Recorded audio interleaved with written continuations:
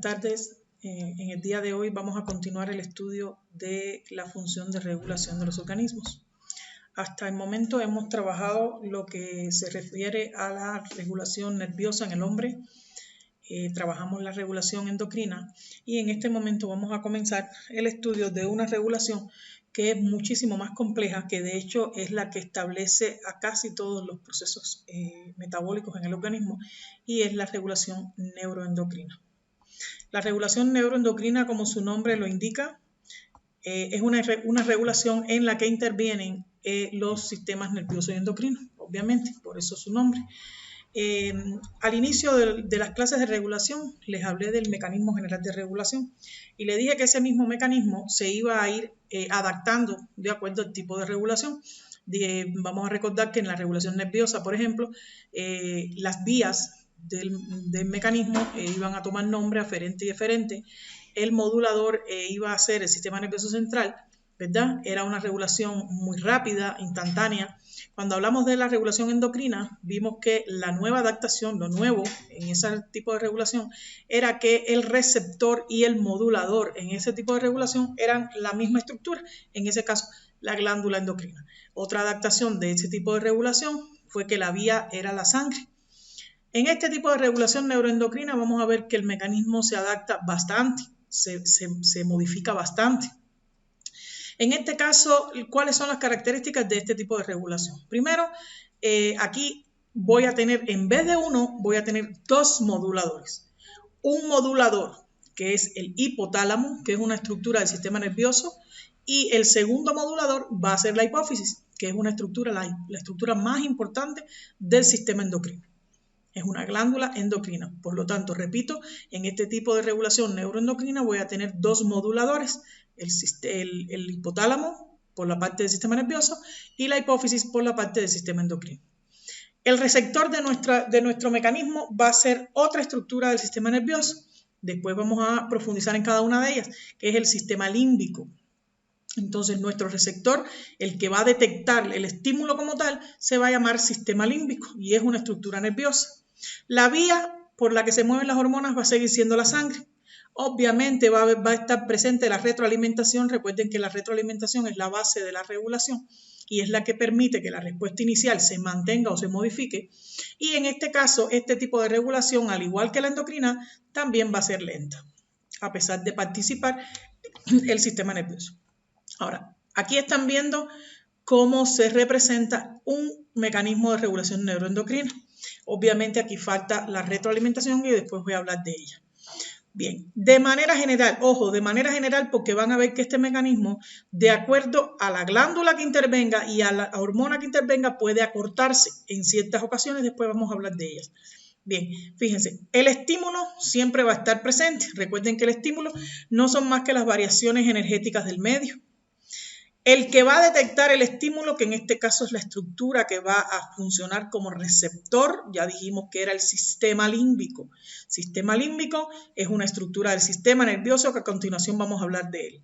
Ese sistema límbico es el que va a detectar el estímulo del medio. El sistema límbico le envía la información al primer modulador, que sería el hipotálamo. El hipotálamo, también vamos a hablar de él, es otra estructura del sistema nervioso. El hipotálamo a su vez tiene una conexión, vamos a ver, una conexión muy íntima con la hipófisis o glándula pituitaria, que es la glándula más importante del sistema endocrino, ya lo dijimos, ¿verdad? Y es la que regula el resto de las glándulas endocrinas, en su mayor parte. La hipófisis, en este caso, va a ser la encargada de liberar la hormona adecuada según el estímulo, que va a actuar entonces sobre la glándula endocrina, que a su vez secreta una hormona que actúa sobre la célula diana. Vamos a recordar la regulación endocrina sobre una célula diana, que es en realidad la que va a ejecutar la respuesta. Va a dar la respuesta de acuerdo, obviamente, al estímulo. Ahora, como todo tipo de regulación, como todo mecanismo de regulación, tiene la retroalimentación. La retroalimentación siempre habíamos dicho que era a partir de la respuesta, o sea, ya logré el nivel determinado, todavía vuelvo hacia atrás, o sea, es un feedback, ¿verdad? Entonces, a partir de la respuesta, si he llegado a mi nivel de homeostasia o no, esa respuesta va a generar una retroalimentación hasta el modulador. ¿Qué pasaba en las regulaciones anteriores? Que el modulador era uno solo, por lo tanto mi línea de puntos discontinuos iba desde la respuesta hasta uno de los moduladores, hasta el modulador. En este caso va a ir hasta los dos moduladores, chicos. O sea, mi feedback, mi retroalimentación va a ir desde la respuesta en línea discontinua hasta la hipófisis y el hipotálamo, ¿ok? Hasta los dos moduladores. Va a representarse de esa forma. Una línea discontinua, pam, pam, pam, pam, hasta la hipófisis y continúa hasta el hipotálamo. Quiere decir que la respuesta a esa retroalimentación va a ir esa información hasta los dos moduladores para saber en qué momento parar ese mecanismo. Idéntico a los anteriores, lo que en este caso en vez de a un modulador, a dos moduladores. Bien, vamos antes de meternos directamente a las hormonas, a las glándulas, vamos a hablar primero de las dos estructuras del sistema nervioso que intervienen en este tipo de regulación. Dijimos que quien detecta el estímulo en la regulación neuroendocrina es nuestro sistema límbico. Sistema límbico lo ven representado acá, es toda esta sección de acá, ¿verdad? Todo esto que estoy señalando con el cursor. El sistema límbico está formado por una serie de estructuras cerebrales, entre ellas el hipotálamo, mírenlo aquí señalado, es esta cosita roja, ¿verdad? Después los vamos a ver más ampliamente. Voy a mencionar este porque es el que nos interesa para el caso, o sea, es una serie de estructuras, un conjunto de estructuras, ¿verdad? ¿Qué pasa con este hipotálamo? Este hipotálamo regula respuestas fisiológicas ante determinados estímulos, por supuesto, pero ¿qué pasa con el hipotálamo? También se le dice el cerebro salvaje, el cerebro antiguo, porque regula los instintos humanos, regula la memoria involuntaria, el hambre, la atención, los instintos sexuales, las emociones, la personalidad y la conducta, nuestro cerebro primitivo. Ese es el sistema límbico. Ahora, este sistema límbico, como ya dijimos, es el que va a actuar de receptor del estímulo. Él va a detectar qué estímulo está y esa información la va a enviar al primer modulador. Entonces, repito, chicos, sistema límbico, receptor de nuestra regulación neuroendocrina. Sistema primitivo, instintos, hambre, sexo, ¿ok? Ahora, este sistema límbico le envía la información al hipotálamo. Véelo aquí. El hipotálamo lo siguen representando en rojo, van a ver que es una estructura pequeña, pero es una estructura que tiene gran importancia. El hipotálamo se encuentra dentro del sistema límbico, específicamente situado debajo del tálamo. Produce hormonas y secreta factores que regulan a la hipófisis. Él tiene una conexión que después vamos a ver, una conexión directa e indirecta con la hipófisis, que es una glándula, dijimos, la más importante del sistema endocrino. Él va a regular, él va a secretar hormonas, pero además va a secretar factores hipotalámicos que regulan, que estimulan a la hipófisis para que ella a su vez secrete hormonas. Otra de sus funciones va a ser la regulación de la temperatura corporal, conductas como la alimentación, la ingesta, el apareamiento y la agresión. Entonces, repito, el hipotálamo es la estructura nerviosa que va a funcionar como primer modulador de nuestro mecanismo de regulación neuroendocrina. Ahora, antes de meterme de lleno en la hipófisis, quiero que ustedes vean cuál es la conexión y para que entiendan más fácil después la hipófisis, cuál es la conexión entre hipotálamo, ¿ven? Está por esta zona de acá. ¿Qué conexión hay entre el hipotálamo y cuál es la anatomía de la hipófisis? Bien, vamos a ver. Acá debe estar el hipotálamo, donde estoy señalando con el cursor, ¿verdad? Y vamos a ver que automáticamente debajo se encuentra esta estructura que están viendo aquí, y es un error de la imagen, que solo está dibujado dos lóbulos. En este pedacito aquí intermedio hay un lóbulo muy pequeñito, que es el lóbulo intermedio, y después voy a hablar de él. Esto que ustedes ven, chicos, aquí, es la hipófisis. Hipófisis o glándula pituitaria, glándula más importante del sistema endocrino. ¿Ok? Ahora vamos a ver su anatomía. Si ustedes se fijan, esta primera bolita, este primer lóbulo que está aquí, Como están viendo, se llama adenohipófisis o lóbulo anterior de la hipófisis, ¿verdad? Y si ustedes se fijan en este dibujo, esta bolita, este lóbulo, va a cerrarse aquí.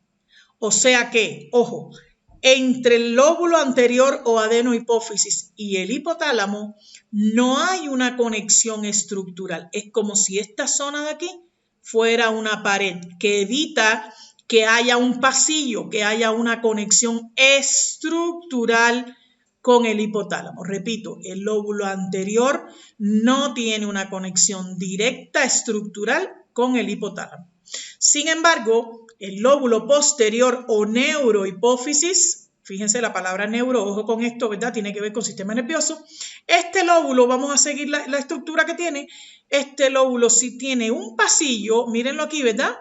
Tiene una conexión que es directa al hipotálamo y vamos a ver qué importancia tiene eso después. Les dije que este es el lóbulo anterior o adenohipófisis, lóbulo posterior o neurohipófisis y en el medio, aquí en este pedacito entre los dos, debía haber estado dibujado un pequeño lóbulo que es el lóbulo intermedio que solamente tiene que ver con la secreción de la hormona que estimula la síntesis de la melanina, que es el pigmento de la piel. Entonces, vamos a ver qué tiene que ver que el lóbulo anterior no tenga una conexión estructural y el lóbulo posterior sí. Muy fácil, chicos. ¿Qué pasa? Como la neurohipófisis o lóbulo posterior sí tiene una conexión directa, sí tiene como una especie de tubo, de pasillo, ¿verdad? Que conecta directamente al hipotálamo, este lóbulo posterior o neurohipófisis va a tener la función de almacenar, fíjense, él almacena las hormonas o neurohormonas que son secretadas en el hipotálamo. El hipotálamo secreta neurohormonas, que vamos a ver más adelante, que son la ADH y la oxitocina, que se secretan aquí y vienen por el pasillo, vienen por el conducto, por el tubo y se almacenan en la neurohipófisis hasta que sea necesaria su secreción. Ojo con eso. ¿Qué pasa con la adenohipófisis? No tiene ese pasillo, no tiene ese punto de almacenaje, por lo tanto va a estar independiente a la neurohipófisis anatómicamente. Pero ¿cómo la estimula esta si no está conectada? Muy fácil. El hipotálamo va a generar, va a secretar unos neurotransmisores, va a secretar unos factores hipotalámicos liberadores de hormonas, como si fueran unos punticos, unas sustancias, ¿verdad?, que van a caer en la adenohipófisis y van a estimular que se secreten las hormonas. No hay una conexión estructural, pero sí hay una conexión funcional. El hipotálamo, cuando quiere que se secrete una hormona de la adenohipófisis, no tiene forma de ir caminando a la adenohipófisis y tocarle la puerta, pero le deja caer, le envía factores hipotalámicos que estimulan a que esta adenohipófisis secrete las hormonas adenohipofisarias. Entonces, quiero que esta estructura y esta relación la entiendan bien porque después vamos a hablar de las hormonas que se secretan en cada uno de los lóbulos. Repito entonces, neurohipófisis, conexión anatómica, hay una conexión directa, hay un pasillo que me conecta hipotálamo-neurohipófisis, porque la neurohipófisis va a almacenar todo lo que le envía la hipotálamo, todas las hormonas, neurohormonas que le envía, por este pasillo las almacena hasta que sean secretadas. En el caso de la adenohipófisis, al no existir el pasillo, al no haber una conexión anatómica, él funciona gracias a factores liberadores que son secretados por el hipotálamo y que lo estimulan. De esa forma, chicos, funciona la hipófisis. Ahora, quiero volver acá porque lo más importante, fíjense, ya hemos establecido que ante un estímulo que requiera una regulación neuroendocrina, va a intervenir sistema límbico como receptor, va a enviarle la información por la vía a el hipotálamo, que es mi primer modulador, ¿verdad? Ese hipotálamo va a regular, va a permitir de cualquiera de las dos formas que la hipófisis secrete y la hipófisis va a secretar hormonas. Recuerden que la hipófisis o glándula pituitaria es la más importante del sistema endocrino. ¿Por qué razón? Porque ella regula la función de otras hormonas. Entonces, vamos a ver cómo funciona. Fíjense, vamos a volver a mirar aquí en esta imagen. Como ven, son los lóbulos de la hipófisis, ¿verdad? tengo la adenohipófisis o lóbulo anterior. Ojo con la pared que le dije, no hay conexión con el hipotálamo, no hay conexión anatómica, mientras que la neurohipófisis sí la tiene. Ahora, cuando el hipotálamo estimula a la hipófisis y lo hace mediante factores liberadores, lo hace mediante factores hipotalámicos que estimulan a la adenohipófisis, la adenohipófisis tiene varias opciones para secretar, o sea, varias hormonas para secretar. Estas que están aquí debajo. Dice que son. La adenohipófisis puede secretar ACTH, hormona estimuladora o la corticotrópica, que estimula la corteza suprarrenal. Las glándulas suprarrenales son glándulas que se encuentran encima de los riñones, ¿verdad? Esta hormona corticotrópica estimula, ella va a actuar sobre las glándulas suprarrenales, específicamente la corteza suprarrenal. O sea que la hipófisis secreta ACTH y esta a su vez va a la corteza suprarrenal, a la corteza de las glándulas suprarrenales y actúa sobre ellas permitiendo que igual sigan secretando hormonas.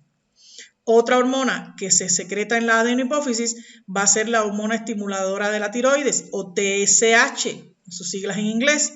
La TSH es una hormona que estimula a la tiroides, que es una glándula que se encuentra en el cuello, en la parte anterior, ¿verdad? Y cuando la TSH actúa sobre ella, esta glándula secreta calcitonina, T3, T4, tirosina, triiodotironina, que actúa sobre las células del cuerpo para regular el metabolismo celular. Otra hormona secretada por la adenohipófisis es la GH, por sus siglas en inglés, Growing Hormone, es la hormona del crecimiento que directamente actúa sobre los huesos y sobre los tejidos blandos para permitir la división celular y el aumento, el crecimiento de los tejidos y de los huesos. Otra hormona secretada por la adenohipófisis es la FSH, hormona estimuladora del folículo, y tiene que ver con la producción de espermatozoides y el ciclo sexual femenino. Otra hormona que aquí desgraciadamente no se ve es la LH, hormona luteinizante, que también actúa sobre los ovarios para la formación del cuerpo lúteo durante el embarazo y el ciclo sexual femenino. Estas, chicos, son las hormonas importantes que se secretan en la adenohipófisis por estimulación del hipotálamo y que van a regular otras hormonas del sistema endocrino. Ahora, ¿qué pasa con la neurohipófisis? En la neurohipófisis, vamos a recordar que la neurohipófisis no secreta hormonas, sino que almacena las hormonas que fueron secretadas por el hipotálamo. Recuerden el pasillo. El hipotálamo las secreta, son neurohormonas que se secretan y se almacenan en la neurohipófisis hasta que sean necesarias. ¿Qué hormonas van a ser? La primera, la hormona vasopresina o más conocida como ADH, antidiurética. Ella regula, vamos a ver aquí que aquí están los riñones, ¿verdad? Ella regula los niveles de agua en sangre. Muchas veces hemos hablado, por ejemplo, cuando hablamos del sistema excretor, hablamos de que si estamos haciendo mucho tiempo ejercicio, ¿verdad? Sudamos abundantemente, perdemos agua, por lo tanto, en los riñones se va a establecer un mecanismo de reabsorción de agua. Esa hormona que va al riñón y provoca en los túbulos renales la reabsorción de agua para no perderla, esa es la ADH o vasopresina. La segunda hormona, son dos nada más, que se secreta o se almacena, disculpen, en la neurohipófisis, va a ser la oxitocina. La oxitocina es una hormona que actúa en el parto, a la hora del parto, para la contracción del útero. Para la salida del niño hace falta la contracción del útero, ¿verdad? Las contracciones del útero, y esto es estimulado por la oxitocina, aunque la oxitocina también ayuda en la secreción de la leche en las mamas. Hablando de secreción de leches, aquí en la de la adenohipófisis faltó la prolactina. La prolactina también se secreta en la adenohipófisis, chicos, y también actúa sobre las mamas para la secreción de leche durante el llanto por el hambre del bebé.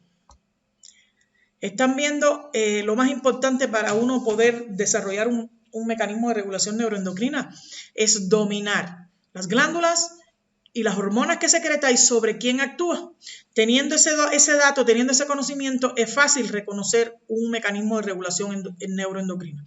Hoy yo les traigo 2 mecanismos de regulación como ejemplo.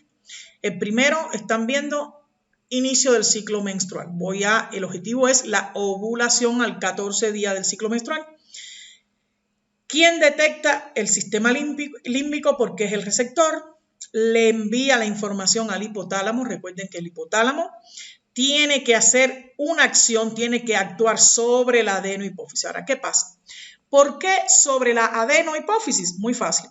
Si estoy hablando de ciclo menstrual, estoy hablando de FSH o LH, 2 hormonas que se secretan en la adenohipófisis. Por lo tanto, eso lo sabe el hipotálamo y él va a estimular con factores liberadores. Acuérdense que no se toca con la adenohipófisis, estimula con factores liberadores la adenohipófisis, provocando que la adenohipófisis secrete FSH, que fue el ejemplo que puse, pero también LH, que es la hormona luteinizante y también tiene que ver con el ciclo menstrual.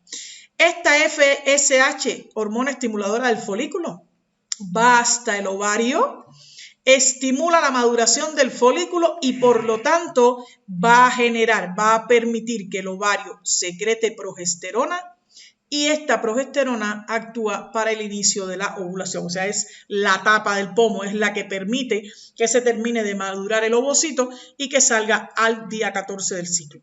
En este caso, recuerden que la respuesta, que sería la ovulación, va a tener una retroalimentación directa a 2 estructuras, adenohipófisis e hipotálamo, que van a ser los 2 moduladores. En el segundo ejemplo, traigo un aumento de niveles de ion cloruro en sangre. El ion cloruro en sangre, igual que el ion sodio, son regulados por una hormona llamada aldosterona, que se secreta en la corteza suprarrenal, o sea, en las glándulas suprarrenales.